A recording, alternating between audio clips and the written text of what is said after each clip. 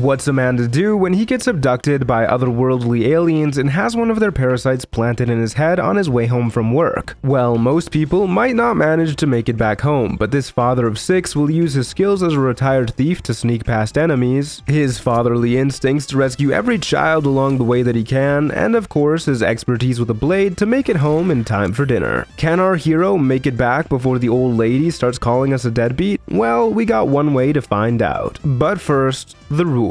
No other party members, though temporary companions such as summons are a-okay. No multiclassing, no illicit powers, no karmic dice, no barrelmancy or chessmancy, no saving in the middle of combat, and this is a tactician run, so we'll be keeping it that way. With all that said, let's move on to character creation. To start, our race is gonna be a Lightfoot halfling, since this gives us advantage on stealth checks as well as the halfling luck ability letting us reroll any ones that we would get, making us much more consistent. Our class, of course, is a rogue, which doesn't get much notable at level 1 other than sneak attack letting us deal extra damage whenever we have advantage or an ally next to whoever we're targeting. Naturally, the background of choice is criminal to represent our shady history as a second story man. These are our final ability scores and skill proficiencies with an emphasis on dexterity and constitution, since dex is our main source of pretty much everything, and constitution will make sure that if we do get hit, we stay standing. Now we just need to make our daddy dearest look the part, and I say we manage it swimmingly. And last but not least, we give this paternal powerhouse a name befitting a hero. Get ready for the journey of Robert Banks. With a hankering headache, our newest hero awakens deep in enemy territory with a single goal in mind. He's got to get home ASAP, and that starts by taking control of the ship. Unfortunately, yet another alien shows up to jump us, quite literally in this case, but while we're talking with her, a group of imps show up as well to try and join the fun, so she decides to work with us. To make matters worse though, our newest ally is quite clumsy and slips her way right into the void. Well, ally or not, after coming from a house full of 6 children, a couple hellspawn really aren't difficult for us to deal with. Shortly after, we make it all the way to the helm and find, okay, this might be a little harder to deal with than unruly children. So we just run all the way to the end and fiddle around with what looks like what Mrs. Banks keeps in her bedside drawers, only for it to teleport us to safety. Thankfully, we manage to land on a beach and wake up the next day at last ready to start our journey home. But first, we find us a nice floppy hat that we just have to take with us. As we're searching for somewhere to regroup, we stumble across a group of druids being set upon by goblins, and for better or worse, Bobby Banks gets dragged into the fight. Our hero does his best to make sure the goblins get taken out before they can do too much harm, but in a rare sort of twist, it seems like we've encountered a group of people who can somewhat take care of themselves. Well, at the very least at first. However, the ones who remain are even kind enough to throw healing pots all the way over to us. With rejuvenated health, Rob's slaughter continues, but unfortunately so does the enemies. Still, before too long, we manage to clean them all up. And our reward is level 2, granting us a bit more HP as well as cunning actions, meaning we can now dash, disengage, or hide as a bonus action. These abilities might seem unassuming, but trust me when I say they are likely the best abilities we will ever get, for reasons you'll see soon. Once inside the grove, we immediately find some tiefling refugees who are less than happy and looking to abandon their fellow kin. But nothing is as important as family, so we convince them to stay and protect each other. It seems that they're not the only people ready to turn on each other, as the druids are looking to basically outright murder the tiefling refugees. So we add deeper in to give a stern talking to the temporary leader of these druids who's actively trying to kill a kid. Of course, we don't let that happen with a bit of a persuasion check, but it seems either way we gotta get rid of these goblins nearby if we want these kids to be truly safe. Speaking of kids, we find they've got a whole little thieves guild set up here, and as revenge they want to steal the druid's idol. We agree to do it on their behalf to make sure they don't get in more trouble. Well, here we also buy the hunting shortbow from Damon, a +1 shortbow that grants advantage on attacks against monstrosities and lets us cast Hunter's Mark once per long rest. It won't be our forever bow, but it's nice to have for now. Either way, first we want to learn more about these goblins, and as such we head into the wilderness. Along the way, all of a sudden a sulfuric stench overwhelms us and this waffling dandy whisks us away to literal hell. Turns out Raphael here thinks we should beg him for help with our parasite problem, but the wife wouldn't be too happy if we came home without a soul, so we tell him to bugger off. Further down the road, we also find a poor pup whose master got by the goblins, and while he isn't willing to come with us quite yet, we leave him our scent so Scratch can join us at our camp later. I get the feeling the kids will love him. Right nearby is an abandoned village infested with goblins waiting to ambush us, but their tricks are amateurish compared to ours, so we managed to get the jump on them instead. With the short bow we picked up earlier, it's easy enough to start picking them off, especially since they're hot garbage at hitting us in return. Our ability to hide right under their noses even helps when they get too close, only for them to forget we just murdered a bunch of their friends with apparently the world's greatest persuasion check. All this nonsense grants us level 3 and our subclass of choice, Thief, which of course gives the mind-blowingly powerful and exploitable ability that is resistance to fall damage. Oh, and something else really lame like a whole second bonus action, but I mean, who needs that, am I right? Also, at every odd level, our sneak attack damage goes up by a d6. Elsewhere in town, we find yet more goblin thugs who've tied up some poor defenseless whippersnapper. And like their brethren nearby, a bit of charisma applied in the right spot works better than any dagger in the dark ever would, letting us free the wayward wanderer, a fellow by the name of Barkus Root, and send him on his merry way. As a reward for our good deeds, our newest canine companion joins us in camp to keep us company for the long walk home. Regardless, our hunt for the Goblin HQ continues and we come across a checkpoint in the road. Since we managed to talk to the last couple groups of them, we figure we'll give it a whirl here too. And well, the price of admission is a little steeper than we'd like to pay, but we're more than willing to give them a taste of their own medicine. When the inevitable fight kicks off, we throw a literal boulder at their heads just in case the warg dung wasn't enough. Then we use both of our bonus actions to dash all the way up to the high ground. The gruesome goblins, meanwhile, wish they could dash half as good as us, but instead spend their whole turns doing it, leaving us to use a well-placed fire arrow to take out another of the horde while breaking the drum that would call their allies. Followed by one of the goblins having enough of our BS, but hey, at least the resistance to fall damage is coming in handy. Either way, it's easy to get back up and away from the wargs with a couple dashes, teach the goblins that they should really treat people the way they want people to treat them, and then riddle them all with arrows while they stand helplessly on the low ground, making sure to hide before each attack for advantage and sneak attack damage. As we finally get to the goblin camp, we get struck by a killer headache and a mysterious voice floods our mind to show off a bunch of silhouettes, the apparent leaders of the cult of the Absolute to which the goblins are loyal. Thankfully, this young lady shows up to scare away the visions, but she's also rather insistent we take her with us. However, this journey is not for youngins like her, so we tell her to clear off. Once inside the camp proper, we spot a boisterous goblin with a fancy-looking toe ring that upon seeing our kleptomaniac instincts kick in. And then Crusher makes the mistake of saying this.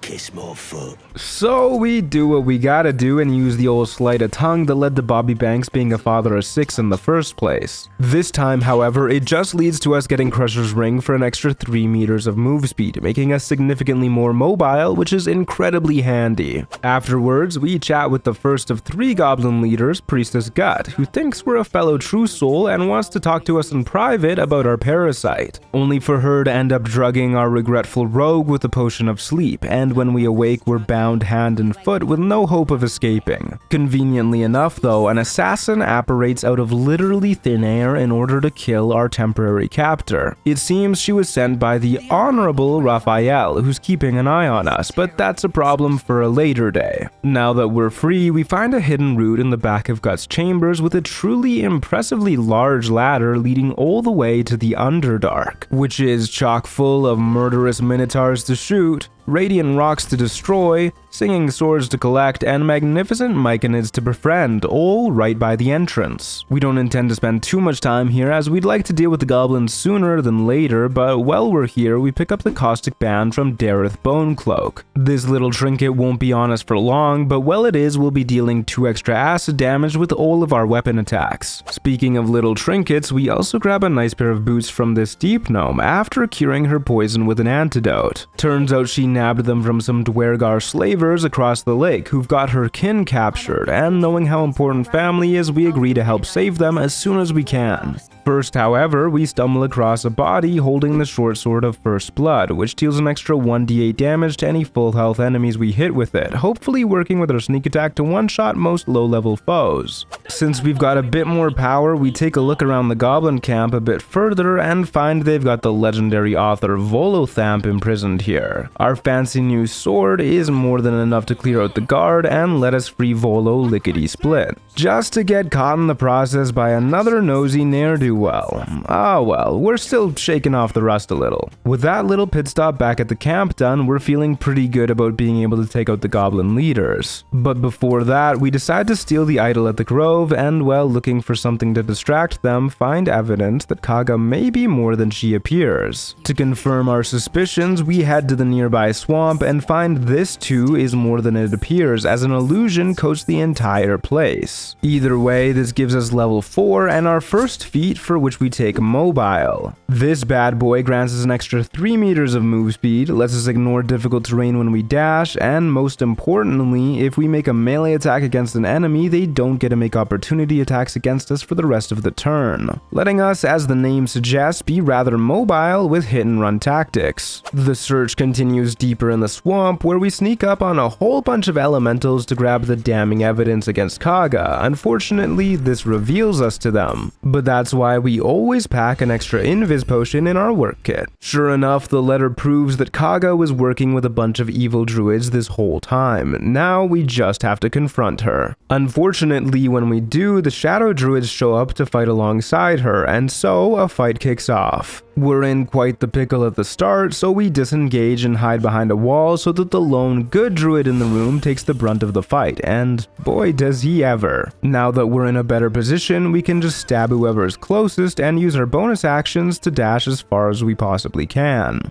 Our foes get a little sidetracked while chasing us and decide to take out their rage on Nettie, which, I mean, yeah, fair enough, have you met her? It doesn't change the game plan of poking them for a bit of damage and running away, but they are druids, so they have a metric buttload of HP at their disposal, whether through healing or wild shape. Either way, they can't keep up with us as we kite them around the arena. Oftentimes, they don't even bother moving. And while it does take a small eternity, we do eventually end up killing both Kaga and her cronies with a whole bunch of arrows and even more patience. Off the head honcho's corpse, we get Broodmother's Revenge, an amulet that makes it so whenever we heal, our weapons deal 1d6 extra poison damage for the next few turns. This also triggers off of potions, and with our extra bonus action, it's nice and easy to have this active as much as we'd like. Continuing on, since the folks here won't need their idol anymore, we also finally yoink that with the help of a darkness arrow and make good on our promise to give it to the little tiefling scamps. At last, it's time to take out the remaining goblin leaders, but to make sure no one can call for help, we first start by stealthily destroying all the various war drums about. Then we wait for Minthara to start crossing this rickety bridge and shoot it right out from under her, and no one even saw us coming. Afterwards, with just one leader left, we start cleaning house with all the stragglers and isolated goblins, until eventually we get caught in a proper scuffle. But with a strength elixir and all of our other damage boosts, these lowly goblins don't stand a chance at all. Let's find out if Dror Ragzlin himself, the sole remaining leader, has any more of an oomph to him. Starting on the high ground means we're easily able to start taking folks out and skedaddling away with no real chance of retaliation, since the enemies have to dash to catch up to us. The exception, of course, is the big man, who's got a hell of a throwing arm, but not enough that we need to worry. For the first few rounds, we keep thinning down the turn order as much as we possibly can and get the odd heavy hit in on the heavy hitter himself. Right up until he gets a little too close for comfort, which is when we drop a fog cloud using a scroll, which when hidden in has the fun effect of making enemies completely skip their turns, since they can't target you because they can't see you, nor can they search for you since your last known location is also obscured, meaning we get to use our action to shoot whoever we want, then one of our bonus actions to hide inside the fog cloud, causing them to skip their turns all over again. Rinse and repeat for a while, and the poor goblin camp gets to find out why the law was so grateful when old Bobby Banks retired. Once the goblins are all cleared out, we return to the tieflings to tell them the good news and send them back on the road. The next day, Halsin, the true leader of the grove who was being held prisoner by the goblins, shows up to have a chat with us. He mentions the cult is currently headquartered in a place called Moonrise Towers in the Shadow Curse lands, and he'd love to join us on our way way there. But before we can head there, we head to the mountain pass along the way to scout out the situation. And along the way, we encounter Lady Esther, who tells us in the nearby monastery there are a bunch of Gith, and she tries to convince us to steal one of their unborn children. When we tell her we think kidnapping is more than a little messed up, she tries to outright murder us, which, as you'd imagine, does not end up going well for her. From her corpse, we pick up the Graceful Cloth, which grants advantage on all dex checks, increases our dex by 2 up to 19, increases our jump distance, and boosts our dex saves by 1 as well. Since this is clothing, we can also throw on the Bracers of Defense that we picked up at the Blighted Village earlier, granting a +2 to our AC. A bit further down, as we approach the nearby monastery, we find a hidden entrance into the Gith Creche. With a couple of well-placed jumps, we manage to stealth our way past the guards, and once inside the creche proper, no one really questions why or how we got in here. Either way, we have a quick chat with a Jacqueline Gira and buy the Knife of the Undermountain King. This +2 short sword will be our offhand weapon and expands our crit range by 1, letting us crit on a 19 or higher, and also makes it so when we roll a 2 or less on a damage die, it re-rolls it and takes the higher result, basically drastically increasing our average damage roll. It's clear the Gith are dangerous and have answers, but we'll need to de-rest a bit more before we talk to their leaders, just in case. So we head upstairs and get inspecting the place when we get into a scuffle with some kobolds. It's relatively easy for us to use the old cunning action hide into sneak attack to deal good damage to whoever's closest, followed by using a cunning action dash to kite them away, resulting of course in them wasting their whole action to keep up with us. And while there are a whole lot of them, with our new and improved damage, they mostly get one shot, so the killer kobolds get killed themselves before they can do a thing. Once they're all out of the way, we head upstairs even further and stumble across a whole bunch of Gramishkas. This fight is relatively similar to the last one, as Rob's old skills and routines are all flooding back to him. After all, you can't teach an old dog new tricks. You can, however, have that dog hone his tricks by reaching level 5, bumping our sneak attack damage up to 3d6, our proficiency bonus up to +3, and granting uncanny dodge. This sweet little ability is a passive that, so long as it's on, will automatically use our reaction to have the first instance of damage that we take. Why this isn't just a regular reaction, I could never tell you. Now that we're feeling sufficiently de-rusted, the first thing on our to-do list is investigating what exactly is going on in this swamp. Very quickly, we stumble across a cabin with a clearly distressed pregnant girl being held hostage by an old lady named Ethel. Bobby Banks is not one to let a young whippersnapper get caught up in this sort of trouble, but when we try and intervene, Ethel magically teleports her away and reveals herself as a hideous hag. Unfortunately, at the same moment, she also summons a small host of repugnant redcaps. We start our fight against them by using Hunter's Mark on the lead one and then getting them good with our First Blood sword, before dashing at full speed back into the more open wilderness. They've got other plans for us though, and hit us with a hold person. This causes us to skip our next turn, but we break free before any real harm can come to us. Instead, the real harm comes to us right after we break free. So with no real choice, on our next turn we disengage and dash and throw down a healing pot to fix ourselves up, which aggroes someone else on the other end of the swamp. Thankfully, this next round we save against the only attack that comes against us. And now that we're relatively far, we can use a bonus action to hide in order to sneak attack afterwards, and our second bonus action to dash and kite as per usual. A lightning arrow on our next turn finishes off the first of them and severely weakens another before we dash out onto the balcony preparing to jump off. Sure enough, the plan works perfectly, and it's clear that we can make a repeating loop to kite them forever. Only problem is this bumbling bozo who tries to throw a wrench in our plans, but luckily we make the save, and on following turns get to work on making sure he can't do that again. With a few more lucky saves, some incredibly well-placed arrows, and of course a bit of expert stealth work, this fight is wrapped up lickety-split. As we get looking for where the girl Mayrina got sent, we find a hidden staircase leading underground. When we head down, Ethel immediately gives a rather unexpected compliment, but we tell her that alas, we're already taken, causing her to immediately leave in shame. Further down, we find more unsuspecting thralls of hers that unfortunately need to be cleared out, but they go down nice and easy all the same. At the very bottom, we find a seemingly unguarded Mayrina, but we're not nearly that naive, so we pop an invis pot, hit the switch to lower her cage, and fire off a darkness arrow in a convenient spot. Then to kick things off, we throw Alchemist Fire where Ethel is most likely hiding. This uses up our action, but we don't want to be left without any darkness clouds to hide in, so we use a speed potion to fire another one. Our swamp-dwelling opponent splits off into a bunch of copies, but none of them can actually do anything to us so long as we're hiding in a darkness cloud, meaning they just pass their turns. Well, Rob gets to pop out of the cloud and shoot the real Ethel turn after turn. All we gotta do is keep on top of the darkness arrows to make sure we don't run out. Soon enough, we knock her below 30 HP, causing her to surrender on her turn and beg for her life. She says if we let her leave with Mayrina, she'll give us power, but Bobby Banks is never one to let a lost lamb stray too far from the herd, so we intimidate Ethel into giving us both the girl and the power, resulting in another +1 to Dex for a total of 20. Mayrina is not so enthusiastic about what just went down, blaming us for the deal being broken, but she was gonna sacrifice her child in order to bring back her dead husband, so we probably did her a favor. Next on our list of whippersnappers to save are the Deep Gnomes in the Underdark. Thankfully, Sovereign Glut here also doesn't like the Dwergar slavers much and agrees to join us. He even brings a little fungal zombie pal with him. Sure enough, just nearby are a bunch of Dwergar on the beach waiting for unsuspecting victims, but we get the jump on them first. Thanks to a surprise round, we even manage to take one out before they ever get a turn. The first of these dastardly dwarves starts laying into our cannon fodder, but the boss man decides to raise a whole bunch of cannon fodder himself. Glut's reanimated pal gets to wallop out his revenge on his turn, while Glut himself tries to deal with the sudden undead apocalypse that we're facing. Thankfully, zombies aren't known for their accuracy. On our turn, we continue to soften up the enemy archer and run up this hill to ensure we don't get surrounded.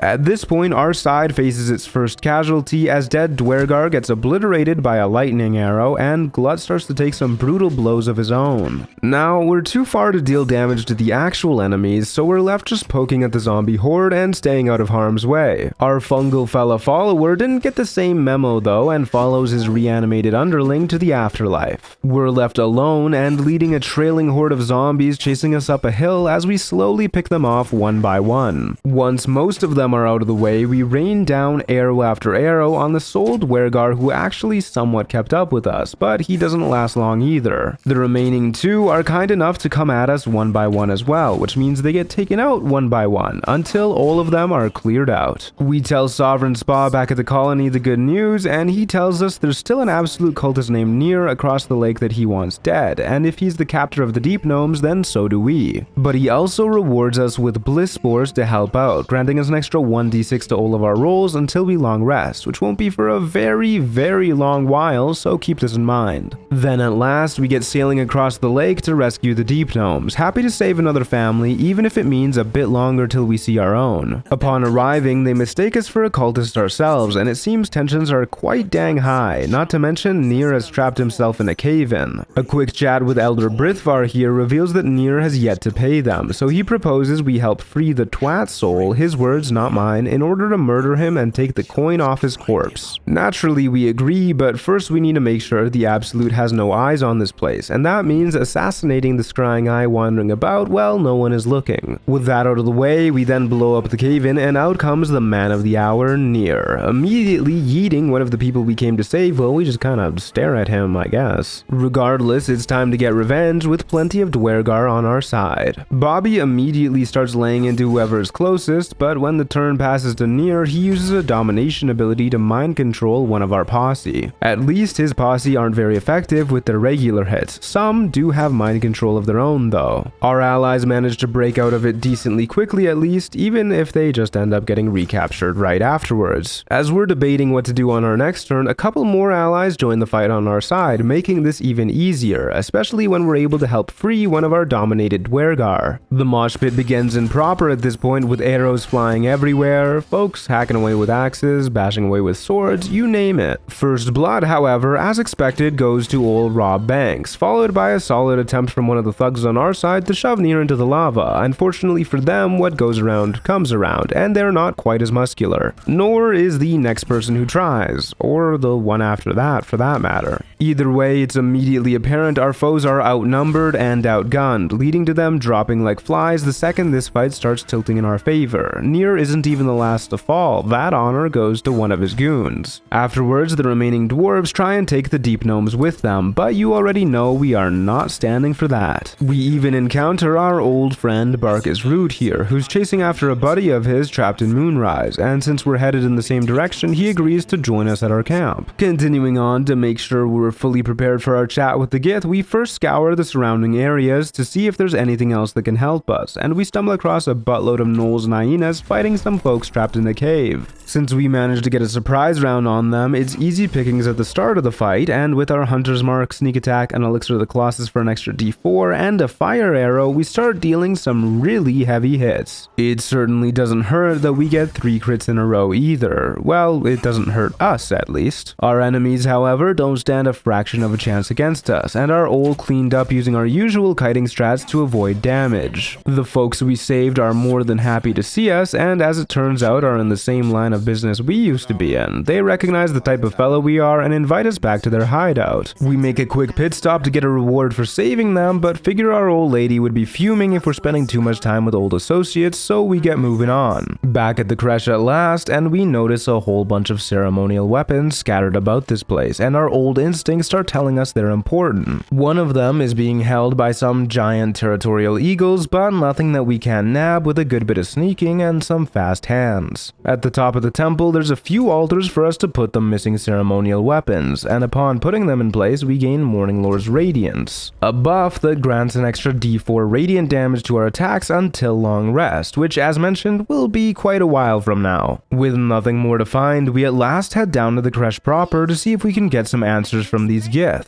Seems they're terribly interested in this artifact that popped up in our bag one evening, but it would much rather stick with us, so we get sent to talk to the boss man, who's more than a little intense. Far more intense than him is the evil Lich God Queen that shows up half a second later. We remember our manners and say hello just in time. Still, Vlaakith here wants us to head inside the prism and kill whoever we find inside. Not wanting to get smited, smitten, whatever it is, we acquiesce. Once inside, we meet the voice in our head who's been talking to us this whole time and visiting our dreams on the odd occasion where we actually sleep. She reveals that she's been protecting us this whole time from turning into a mind flare using some power that Vlaakith also wants. And since we'd rather not come back to the family as a 6-foot-tall levitating squid, we agree to let our guardian live. She does at least give us a bless that also lasts until our next long rest, joining our ever-growing pile of buffs alongside a mage armor scroll to increase our AC to 20 since we're just wearing clothing. The second we step outside, we enter turn-based mode, drink a health pot to trigger our amulet, use a greater invisibility scroll, and start spamming arrows as much as we can. Their ready to parry feature drastically reduces our damage output though, and even though our invisibility doesn't break, they still somehow drag us into combat. So naturally we get stabbing their boss the old-fashioned way. When they fail to spot us, however,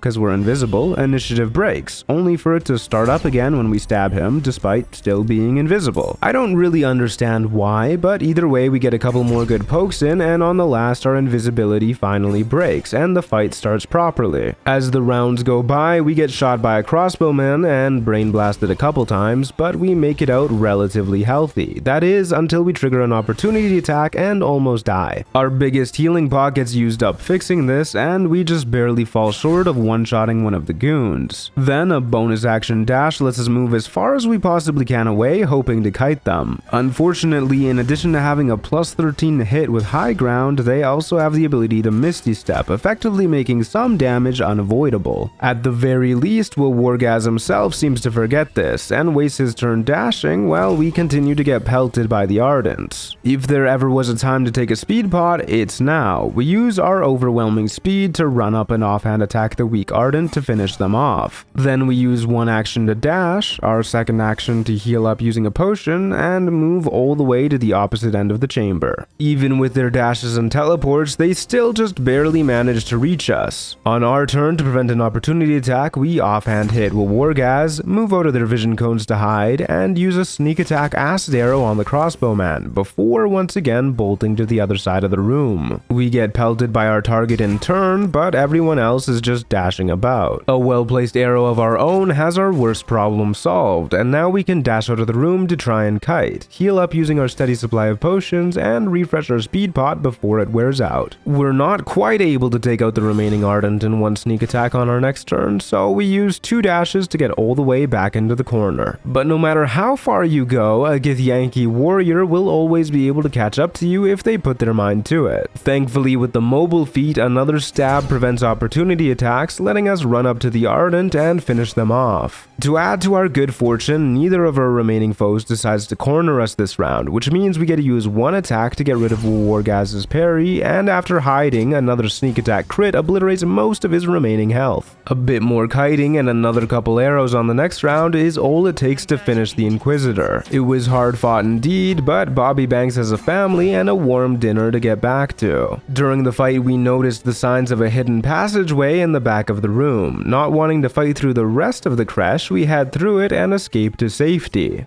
There's nothing left to do now but head to the Shadowcurse lands, where there will no doubt be more youngins to save, shadows to hide in, and maybe even the strongest possible item that a thief could hope to find. Our hero steps into the Shadowcurse lands from Grimforge with all of our Until Long Rest buffs still active from the last act. But even with all these buffs, the Shadowcurse lands will still take their toll on us if we don't have a light, so we use the light cantrip from this shiny ring that we nabbed elsewhere in our journeys. As we get looking for safety, we stumble across some Harpers in the dark. Our intuition tells us they're rather good people, so we reveal ourselves, only for one of them to get abducted by the shadows themselves, and I guess he forgot his light cantrip.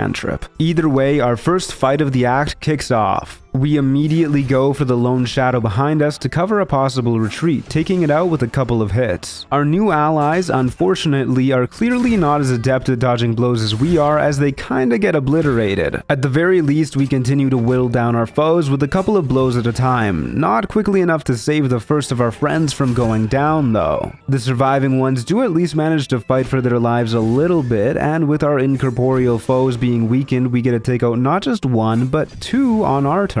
Alas, taking out 2 was not enough to avoid a heavy hit finally coming our way, and worst of all, it makes us do inventory management because of the strength drain. Regardless, we're able to get our revenge as well as heal up using a potion to get back into shape. Ally number 2 gets got by a shadow, shredding them to bits, but our sole remaining pal actually takes out an enemy all by himself, so at least one of them is useful.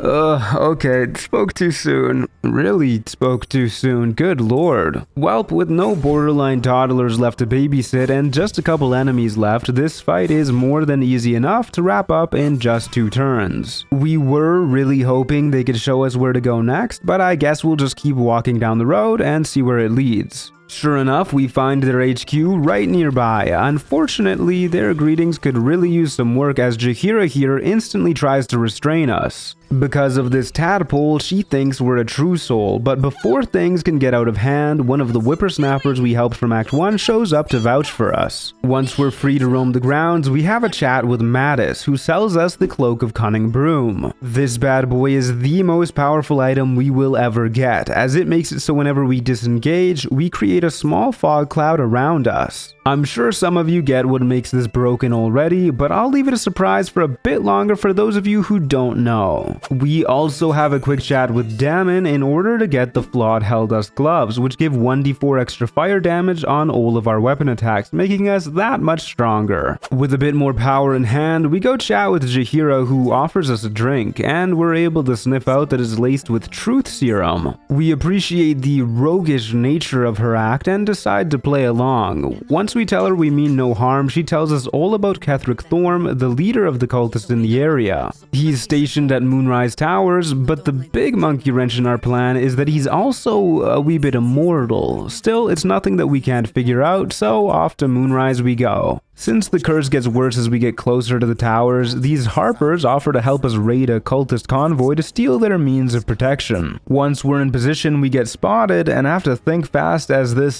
Spider-Man menace stares us down with all 8 of his eyes. It's clear the lantern he's holding is his means of protection, so we tell him the Absolute said he's gotta give it to us. And then we just tell him and his cultist cronies to saunter off into the cold dark, all in a day's work. The lantern seems to be fueled by a living pixie, who naturally we let go. In return, she gives us a blessing to resist the curse, no lantern required. With this, we're able to walk right down the road uninterrupted all the way to Moonrise Towers, wherein we find some goblins begging for mercy from the General Thorm, who doesn't seem inclined to give it to them. Yeah, I'm not sure if stabbing the immortal man was the best play. And just that quick, off on his smoke break he goes. And up to level 6 we go, which unfortunately is kind of a dead level, just granting more HP and expertise with deception and intimidation for a little more out of combat utility. Now that we're free to roam Moonrise, we swing by a Raj Oblodra to yoink the risky ring right out of her pocket. This little trinket makes it so we have advantage on all of our attacks, ensuring that we can always land a sneak attack at the cost of having disadvantage on all of our saving throws. Obviously, this is a risky trade-off, but with our new cloak, we're not concerned. That aside, we also swing upstairs to talk to Kethric's lady in charge, who instantly starts hitting on us, but I mean, who can resist the old Bobby Banks charm? She even tries to impress us by killing her own bodyguard? I get the feeling she's gonna regret that one a little bit later. Either way, we put on the moves and get her to spill the beans about what exactly is going on here, and she mentions that Kethric's compadre Balthazar is retrieving a very important relic from the Thorm family mausoleum, so we've got our next big destination in mind.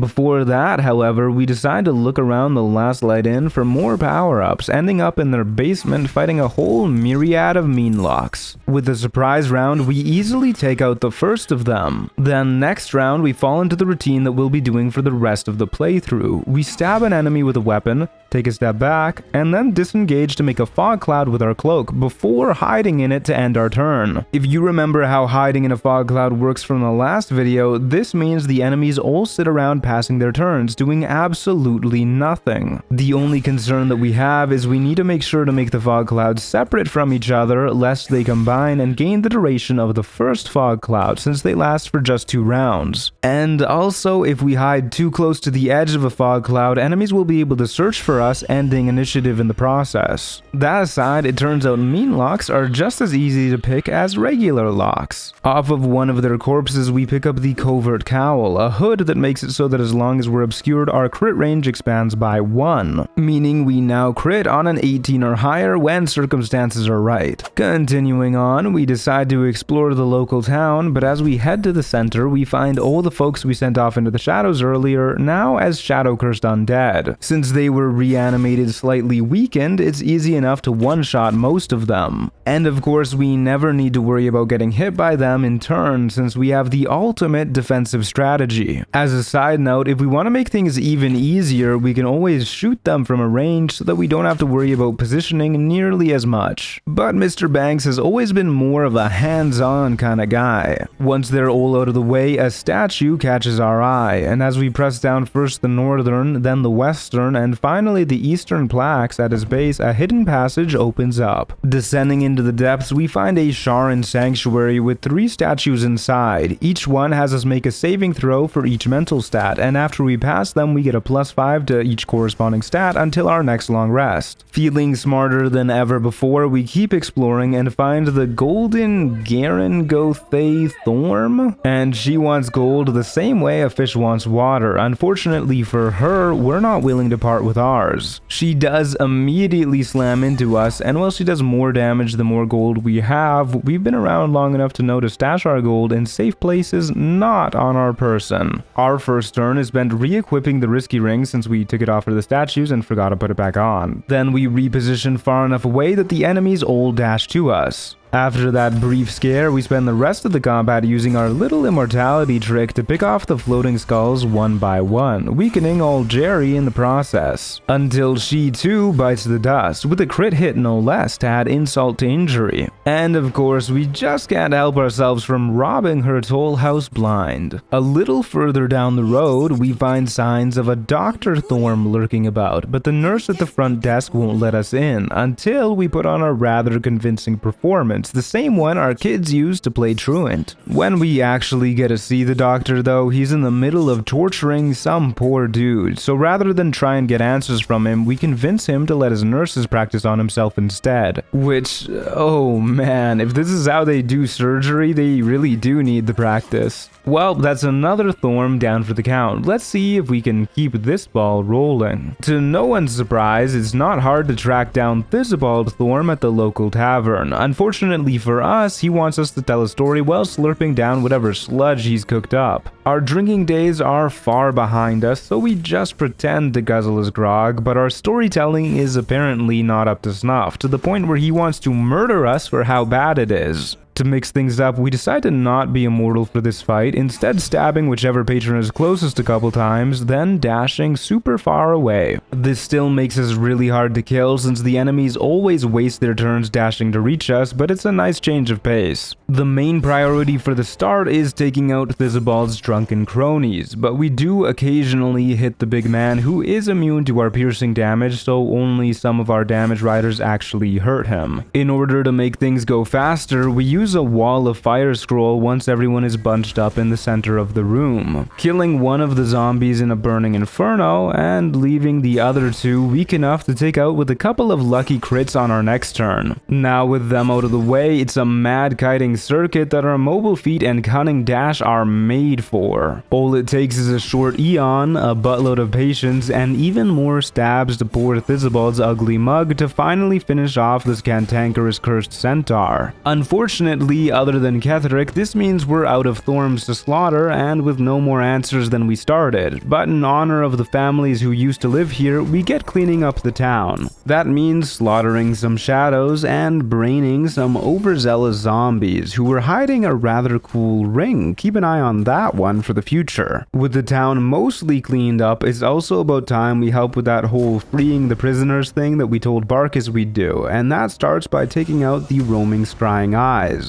Then a strength elixir lets us yeet one of the guards into the pit, before getting the drop on another guard and giving him the old prison shank treatment. Even the warden is no exception to our massacre, and once she's out of the way, we free both the tiefling refugees, as well as Barkus's deep gnomes that were imprisoned here, letting us all hop on a boat and sail to safety. We tell an ecstatic Barkus the good news, only for Wulbren Bongle to ruin the mood. Shoulda let him rot. Anyways, while we're here, we also chat with a flaming fist who tells us of a young boy named Thaniel in need of saving, who happens to also know Halsin, and as it turns out is also the key to lifting the shadow curse. Before that though, we find Arabella wandering in the dark and tell her she can crash at our camp for as long as she needs to. A moment later, we earn level 7, granting us a bit more HP, a bit more sneak attack damage, and the evasion feature. This means that from now on, when we succeed a dex save, we take 0 damage from whatever caused it, and should we fail, we only take half. A handy boost to our survivability should we find ourselves in need of it. Now that we're stronger and another kid is safe, we catch Halsin up, who tells us he knows just what to do. So we prepare ourselves for what's to come with a scroll of Conjure Elemental and one of Minor Elemental, summoning both a Water Elemental and a couple of ice methods. Then Halsin tells us he's gonna pop open a portal and we'll have to defend it with our life. The second he's done talking, we enter turn-based mode and drop a darkness scroll right by the portal. And before you know it, the fight kicks off. Seeing all these enemies, we decide to down a Bloodlust elixir, followed by an Ice Storm scroll on a group of enemies, not killing, but hopefully making it harder for them to reach us. One of our methods goes down instantly, but the other uses a chromatic orb to cause a few undead to go slipping and sliding. Our own patch of ice works just as we'd hoped as well. Round 2 comes with even more enemies, and even more ice storms, killing our own method, yet also triggering our elixir, letting us also use a Cone of Cold scroll, which admittedly doesn't do much, but a bonus action stab helps make up for it. We also use a speed potion to cast an ice knife scroll, taking out a shadow and making yet more slippery surface. The water elemental's ice blast takes out a few birds, yet somehow fails to refreeze the puddle of water from ice storm number 1. All of our foes that are close to the portal at least keep slipping. When it gets back to us, we use a beautiful lightning bolt scroll to take out a bunch of enemies, a bonus action stab to take out a shadow, and 2 whole fireball scrolls to blow up the farther enemies who were already injured. Unfortunately, the ice all melts now, meaning most of the survivors run right up to the portal. Our only solace is that a lot of the archers are hellbent on shooting the elemental instead. All we need to do now is survive this last round, so we take out the closest foes and refreeze the water with a cone of cold, and bonus action stab a goon right by the portal, while using our last couple actions to take out a shadow mastiff getting too close for comfort. Afterwards, we teleport our low health elemental back to tank some hits and body block the portal. Our worries are for naught though, as the enemies can't even reach the portal, except when the counter should end, it just doesn't, which is extra bad news since we're lethargic. The elemental does its best, however there's not much we can do but watch as a couple enemies land blows against the portal. Thankfully, it survives anyways, and the fight finally ends. The young Thaniel is saved as Halsin returns with him in tow, but all is not quite right. It seems the boy is missing half of himself, hidden somewhere in these Shadowcurse lands. Sure enough, we find him in the form of Oliver, who is not so thrilled about the idea of rejoining his other half, and instead just dips through a portal. Naturally, we follow, and he's just waiting for a fight. We can't harm him directly without getting hit in return, but every time we take out one of his summons, we damage his barrier, so we get to work. Well, the boy makes sure we've got more than enough summons to take him out. Very quickly do we realize that if we take out enemies 2 at a time, we're gonna be here for quite a while, even if we're not at risk due to our immortality trick. So we use a wall of fire scroll to incinerate almost all of them who are active, and any future rounds of foes get spewed out right into the burner. Don't worry, they're not real kids. A few more rounds of that is all it takes to dispel his barrier, and now it's time for this whippersnapper to get a talking to. It seems he's afraid of being abandoned by his other half yet again, and that Thaniel may not even want him back in the first place since he's changed so much. We tell him that's all that growing up is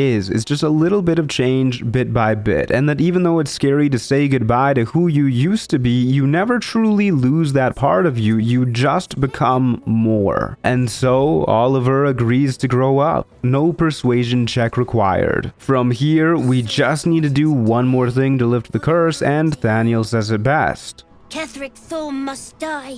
You know what that means. It's time to go into the mausoleum, where we encounter Raphael just waiting outside to greet us. He seems to enjoy just rambling on in incoherent riddles, but eventually we're able to get him to tell us that there's a devil in this mausoleum who is very dangerous. Something that we'll note, but we know this isn't coming from the kindness of his heart. Inside the mausoleum proper, we're able to find a hidden entrance relatively easy with just a couple button presses. But as we head deeper in, we find ourselves now in a whole Sharan gauntlet. The first doors are opened by pressing yet another button, this time by avoiding invisible walls by approaching from the east and then the south. Heading into the next room, we manage to get the jump on a cloaker, but it's rather alert and goes before us, spewing out a whole bunch of illusory copies of itself, one of which manages to frighten us. Since this is one of the few ways our immortality gets ruined, we just pop an invisibility potion to reset the situation. The next time we start up initiative, we manage to go first thanks to a vigilance elixir, and we have no problem entering and hiding on our fog cloud each round. All we gotta do is poke the cloaker full of holes with our trusty bow and arrow, and a rather frightening foe is solved. Mr. Banks lockpicks his way into the next room and finds a Sharan altar. We figure we might as well pray to this statue too, since every other one we've interacted with has blessed us. Sure enough, this one does as well, granting us resistance to all necrotic damage until our next rest. Continuing on, we find some friendly skeletons being puppeted by Balthazar. Then one of the skeletons starts talking about the old mother-in-law for some reason, immediately followed by some undead Sharans showing up just in time to get their butts whooped. On our first turn, we take out one of the portals they're spewing out of, then dash up to Balthi's bedroom door. Out comes pouring even more Sharan Justiciars as the round ticks by. However, when it gets back to us, we use a scroll of knock on the not-so-secure door and open it up so that the no-show necromancer has to get himself in danger. We also take the time to break yet another portal. Now the chaos really starts as allies start missing enemies and enemies start murking allies. Before Balthi can join, we get another round and keep killing portals, and also start getting into the habit of being immortal at the end of our turns. Once he gets in the fight, things speed up even further since he's throwing cloud kills left, right, and center. While this fight is pretty free at this point, we do need to be wary about stabbing the Justiciars themselves since they send our radiant damage right back at us, well doubling it. For the most part, we sit back and watch the fireworks as Kethric's bestie gets to work. To stymie the tide of oncoming Justiciars though, we do poke the odd portal here and there. Before you know it, things are getting close. It's the brothers Balthazar versus the siblings Sharon, and anyone could come out on top. That is, until we decide to interfere and backstab the cultist while he's not looking. Not to mention Flesh, Balthazar's brother, gets in on the fun too, having gone completely berserk. As you could imagine, the nauseating necromancer doesn't last long after that, nor does his brother. This victory goes to the Sharons. But it's a short-lived one since there's only 2 of them left, and even a whole army couldn't touch Bobby Banks at this point. We still need to find that relic though, and it seems we'll need to start by doing these trials that were left for us, beginning with the soft step trial. All we need to do is sneak right over to the end of it, which we're so good at that we can literally walk right in front of the guards without worry. Then we lockpick the door at the very end in order to grab our first umbral gem, the key to moving forward. Our next trial is the self-same. In order to beat this one, we just need to strip. Shame Mrs. Banks isn't here to see this.